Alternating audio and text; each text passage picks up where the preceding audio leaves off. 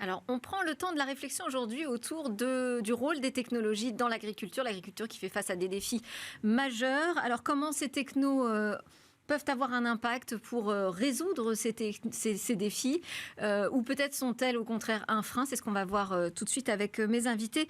En plateau, Médiciné, bonjour. Bonjour. Vous êtes ingénieur agricole, diplômé d'un master en management des systèmes d'information, donc une double compétence agronomie et numérique, plus de 20 ans d'expérience au service des agriculteurs. Aujourd'hui, vous êtes le directeur scientifique et technique et numérique de l'ACTA.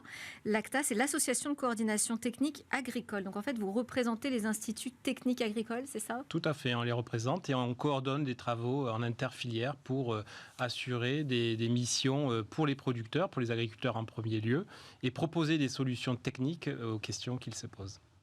Avec une composante recherche importante. Donc ça va nous permettre de nous projeter ensemble un peu dans le futur. Également avec nous sur ce sujet, nous avons à distance Philippe Lescoat. Bonjour Philippe. Vous êtes enseignant-chercheur en système d'élevage, filière des produits animaux et environnement au sein du département Sciences de la vie et de la santé au sein d'AgroParisTech. C'est l'Institut national des sciences et industries du vivant et de l'environnement qui est sous la tutelle du ministère de l'Agriculture, de la souveraineté alimentaire. C'est aussi une grande école, on le rappelle, composante de l'université Paris-Saclay. Bienvenue à tous les deux. Je voulais commencer avec une question en plateau pour vous, Mehdi. Ces défis dont je parlais en introduction, ces grands défis que doivent relever les agriculteurs, est-ce qu'on peut les lister ? Oui, alors il y en a de très nombreux. La période nous a rappelé d'abord le défi du renouvellement des générations des agriculteurs. Ouais. Beaucoup vont partir à la retraite dans les années qui viennent, plus de 50% à l'horizon 2030 a priori. Et il y a un vrai défi pour l'attractivité de ce métier qui est sans doute mal reconnu aujourd'hui dans notre société. Un défi climatique, évidemment, qui concerne fortement les agriculteurs pour toutes les filières, pour s'adapter à un réchauffement qui devient inéluctable et proposer également des solutions pour participer à la réduction des émissions de gaz à effet de serre, notamment. Donc une contribution plutôt positive par rapport à ce défi, mais ça reste quand même un défi à affronter. Oui. Et puis la transition agroécologique, c'est-à-dire accompagner des changements de pratiques pour les agriculteurs et les éleveurs, pour qu'ils continuent à produire, parce qu'il y a cet enjeu de la souveraineté alimentaire aussi qui est évidemment très très fort. Ne l'oublions pas, l'agriculture sert à nous nourrir. Et comment nourrir 10 milliards d'habitants en 2050 avec tous ces défis, c'est ce qu'on va essayer de relever avec eux. Avec en plus une alimentation diversifiée, saine, si possible, tracée. Est-ce que, Philippe Lescoat, il vous semble, quand on aborde ce sujet du rôle des technologies face à ces défis, est-ce qu'il vous semble que les technos ont vraiment un rôle majeur à jouer ? Elles sont nécessaires, mais ne font pas l'ensemble des choses. Alors, la première, ce qui est fondamental à bien voir, c'est que, comme le disait Mehdi, on est vraiment au cœur de challenges qui nous attendent très fortement, et on a la chance d'avoir une explosion de connaissances et une explosion d'outils et de méthodes qui vont nous permettre justement, qui vont nous accompagner et nous aider à gérer cette complexité. Parce qu'on est vraiment au pied du mur sur un certain nombre d'usages, sur la limitation des ressources, sur l'absence d'hommes et de femmes en agriculture. Donc voilà. Et donc pour cela, il est très clair que les technologies, dans leur diversité, vont accompagner les agricultures dans leur diversité face aux challenges qui les attendent, et notamment celui, bien sûr, de nourrir les hommes, mais aussi ceux de s'assurer que les socio-écosystèmes ou les écosystèmes dans lesquels on travaille continueront à fonctionner demain malgré les changements auxquels on est confronté. Alors, vous deux, vous avez quand même ce prisme très tech, justement, sur le sujet. Est-ce que c'est le cas du secteur dans son ensemble? Est-ce qu'il a conscience aujourd'hui du rôle que peuvent jouer les technologies? Alors, effectivement, comme ça a été dit, ce n'est pas... La solution n'est pas que technologique, ça c'est très important, il ne faut pas faire de la techno pour faire de la techno. Néanmoins, l'agriculture est un secteur extrêmement technologique, c'est assez peu connu du grand public, déjà aujourd'hui et même hier, puisque le numérique, si on prend cet exemple-là, c'est très ancien dans l'agriculture. Les premières traces d'écriture, c'est du numérique sur tablette, ça date de 5000 ans. Les tablettes en argile de Mésopotamie servaient à enregistrer de la traçabilité des productions en élevage, en culture qui étaient enregistrées sur ces tablettes. Et donc, c'est très ancien le numérique pour l'agriculture et c'est un secteur qui a souvent été très en avance. Aujourd'hui, encore... donnez-nous des exemples. Aujourd'hui, par exemple, la plupart des tracteurs que vous pouvez voir sont équipés de GPS et ça existe depuis très longtemps. Et quasiment tous les tracteurs qui sont vendus aujourd'hui communiquent avec le satellite pour du guidage automatisé, pour apporter de la précision. On va parler d'agriculture de précision dans les interventions techniques. Par exemple, pour apporter de l'engrais, de la fertilisation au moment où il le faut, à l'endroit où il le faut et avec la dose exacte qu'il le faut. Et ça va mobiliser beaucoup de technologies, du satellite, du GPS, des outils d'aide à la décision et bien sûr des agriculteurs. Ne les oublions pas, tout ça, ça reste des outils qui vont les aider à piloter leurs interventions. J'ai parlé d'un exemple en culture, mais en élevage, c'est tout à fait vrai aussi. Et d'ailleurs, c'est un secteur qui est même peut-être plus en avance que les cultures. Si on prend les exemples de la robotique, par exemple, le premier robot de traite, il date de 1993 en France. Ouais. Ça a plus de 30 ans. Et aujourd'hui, la plupart des installations en élevage pour la traite sont des robots. Alors, est-ce que ça veut dire qu'on n'a pas de problème de taux d'équipement, de connectivité dans ce secteur ? Je vous pose la question à vous, Philippe. Oui. Pardon. Alors, ce n'est pas obligatoirement une question à laquelle...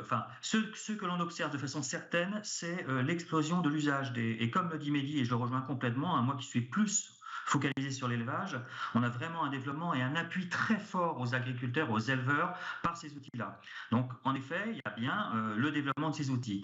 Il y a quand même quelques problématiques, c'est-à-dire que quand on parle, alors c'est la maîtrise de ces données, c'est-à-dire que qu'est-ce que l'on mesure, il y a vraiment des vraies problématiques de recherche, qu'est-ce que l'on mesure, qu'est-ce que l'on transforme, qu'est-ce qui va rester dans la main des agriculteurs, parce que ça c'est aussi une question très prégnante du développement de l'élevage ou de l'agriculture de précision, c'est finalement qui va maîtriser les outils, puisque on dit que ce sont des outils d'aide à la décision, on dit que ce sont des outils d'appui qui se développent et qui s'enrichissent du fait que ce soit en réseau, que ce soit mis avec d'autres personnes. Mais il y a énormément de questions de recherche tant dans l'organisation que dans les connaissances biologiques et les connaissances numériques qui sont nécessaires encore à développer pour accompagner ce développement, quoi. Alors quand vous dites justement entre les mains de qui sont ces outils d'aide à la décision, on peut imaginer aujourd'hui que c'est entre les mains des agriculteurs. Est-ce que c'est le cas déjà ? Alors, c'est pas tout à fait vrai, et d'ailleurs c'est un point de préoccupation. On parle de souveraineté aussi dans le domaine alimentaire, mais aussi dans le domaine du numérique. Oui. Il y a des vraies questions par rapport à ce sujet-là, c'est-à-dire que la maîtrise des technologies, des données qui sont produites dans les exploitations agricoles, aujourd'hui par énormément de capteurs connectés qui arrivent dans les fermes, elle n'est pas aujourd'hui garantie par les fabricants, par tous les constructeurs, pour s'assurer qu'effectivement ces données-là restent bien sous la maîtrise des agriculteurs. C'est un point qui nous semble à nous très... Qu'elles partent où ces données, au service de qui ? Alors, déjà, elles doivent leur servir à eux, puisque ces données doivent les aider à réaliser leurs interventions techniques du quotidien ou d'avoir une réflexion un peu plus stratégique. Comment vont-ils faire évoluer leur ferme ? Et tout ça, ça passe par l'analyse des données.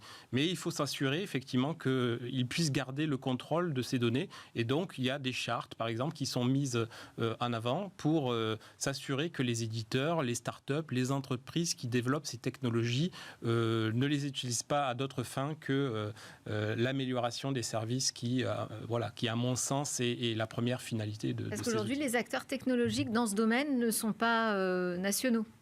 Il peut y avoir effectivement, numérique de manière générale. Il peut y avoir énormément d'acteurs internationaux sur ces sujets-là. Si on regarde l'agroéquipement, par exemple, donc le machinisme agricole, les tracteurs, les moissonneuses-batteuses, etc., il y a énormément de constructeurs qui sont effectivement pas forcément nationaux et qui peuvent être des multinationales.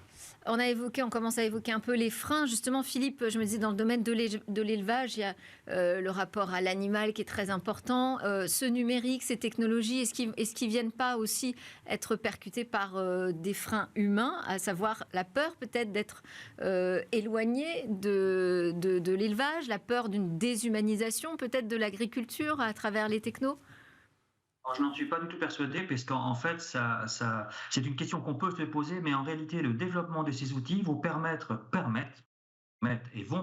avec de l'acquisition de connaissances, d'appuyer, de mieux repérer les animaux en difficulté, de s'occuper au milieu de troupeaux d'animaux malades, en fait, qu'on ne verrait pas obligatoirement. Ça permet d'anticiper, de mieux soigner, donc de travailler sur le bien-être, d'avoir une efficacité économique sans doute. Alors là, on peut discuter des différents thèmes, mais non, je pense, l'exemple typique, Mehdi en a parlé tout à l'heure, c'est les robots de traite. Les robots de traite ont fait disparaître, entre guillemets, l'astreinte de traite. Alors ça n'empêche pas que les agriculteurs, les éleveurs travaillent autant, mais ils peuvent passer d'autres temps auprès de leurs animaux et les repérer, et mieux s'occuper d'eux. Donc, de ma lecture, l'utilisation de l'électronique sous différentes, enfin l'utilisation numérique de l'électronique sur ces différentes formes est plutôt une aide réelle et positive auprès des éleveurs pour mieux suivre les animaux. Et ça n'implique pas obligatoirement, il ne faut pas prendre le fait que le numérique soit associé au gigantisme. Hein, c'est pas le cas.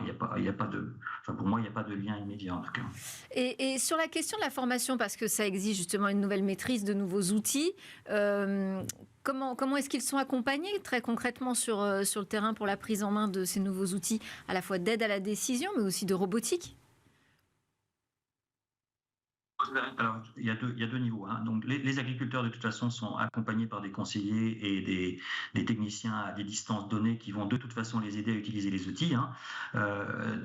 Pour moi, sinon, le monde agricole ne les adopterait pas s'il n'y avait pas une plus-value en tant que telle. Et donc, il y a de l'accompagnement technique et des progrès associés à ça. Mais par contre, si je me place du côté des formations de mes étudiants, qui soient ingénieurs, masters ou docteurs, et qui vont venir accompagner ce développement, on est sur un monde énorme justement de création de nouveaux, on parlait de capteurs, mais aussi de nouveaux modèles mathématiques qui vont accompagner les modèles biologiques pour essayer de faire progresser ces outils-là. Parce qu'on ne peut pas se contenter de dire qu'on fait du numérique pour capter de l'information. Ça, c'est OK, qu'en fait-on ? Mais plutôt de développer l'ensemble des modèles associant biologie et mathématiques qui vont nous permettre de valoriser ces données. Donc on est en fait à l'aube, on y est déjà, mais on est à l'aube de transformations très fortes dans les enseignements pour continuer à associer les problématiques du vivant et les problématiques des données qu'on va pouvoir y associer pour mieux comprendre ces systèmes-là. Et ça peut générer de nouvelles vocations aussi, peut-être, ces nouveaux outils, ces nouveaux logiciels d'aide à la décision. Ça peut attirer peut-être des profils différents. Oui, tout à fait. Tout à fait. Ça peut attirer des profils différents. On parlait tout à l'heure de l'enjeu de l'attractivité du métier d'agriculteur et puis du renouvellement nécessaire des générations. Et ça va embarquer forcément des non-issus du milieu agricole à venir s'installer dans les exploitations agricoles. Et quelque part, ces outils numériques, moi aussi je suis convaincu que c'est plutôt des leviers d'accompagnement plutôt que des freins.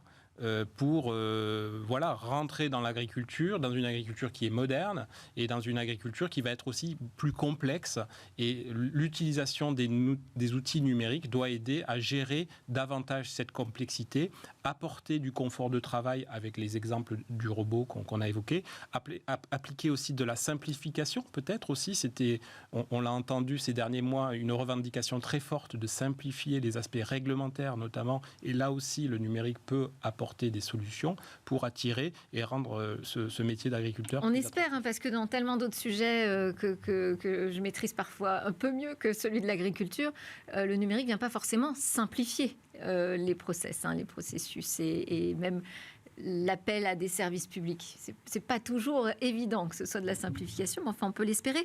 Je voulais vous demander aussi, justement, si chez AgroParisTech, vous constatez déjà de nouvelles vocations, des nouveaux profils qui arrivent dans l'agriculture et peut-être l'esquisse d'un paysage qui va s'enrichir davantage que se dépeupler. Je ne peux pas donner d'assurance par rapport à ça. Ce qui est certain, c'est qu'il y a toujours eu dans nos établissements, et notamment à AgroParisTech, mais il n'y a pas que nous, bien sûr, dans le paysage, hein, donc cette combinaison de la biologie et de la gestion des données, des statistiques, etc. Et donc, on voit bien une convergence à un certain nombre d'effectifs, des étudiants qui vont chercher à avoir la double valence. Et nous-mêmes, en fait, dans les réformes des enseignements que nous mettons en cours, là, nous venons de faire un comité d'analyse prospective sur les métiers de l'agriculture et les agricultures, parce qu'il n'y a pas qu'une seule agriculture. Et on se rend bien compte que de façon transversale, quel que soit le type d'agriculture, on n'oppose aucun des systèmes de production. Eh bien, l'usage des outils numériques, mais dans toute leur variabilité, vont nous aider. Et donc, nos étudiants eux-mêmes seront, à mon avis, des moteurs et voudront y venir. Il y a peu de doute par rapport à ça. Bon, je voulais qu'on termine quand même par essayer de dessiner l'agriculture du futur. Comment est-ce que vous l'imaginez, Mehdi ? Alors pour moi, l'agriculture du futur, c'est déjà une agriculture qui produit.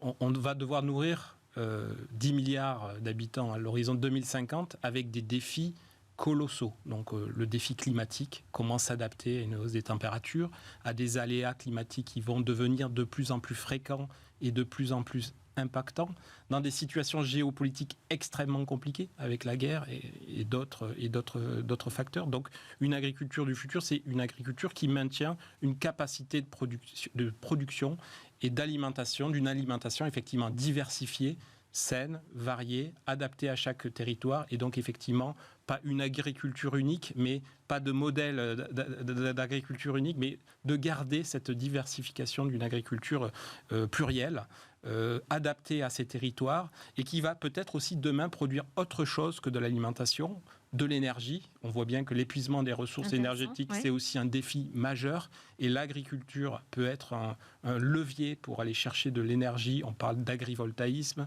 de production de biomasse pour produire de l'énergie de demain. Et puis peut-être le dernier point, c'est l'agriculture du futur, c'est une agriculture toujours avec des agriculteurs. Et ça, il va falloir effectivement s'y atteler, comment renouveler ces générations qui vont partir à la retraite, garder cette attractivité. Ça passe par une meilleure rémunération, mais aussi une meilleure reconnaissance de ce milieu-là par la société. Merci beaucoup Philippe Lescouade d'avoir été connecté avec nous. Je rappelle que vous êtes enseignant-chercheur en zootechnie chez AgroParisTech. Et puis merci à Mehdi Siné qui a conclu ce talk, directeur scientifique, technique et numérique chez Acta.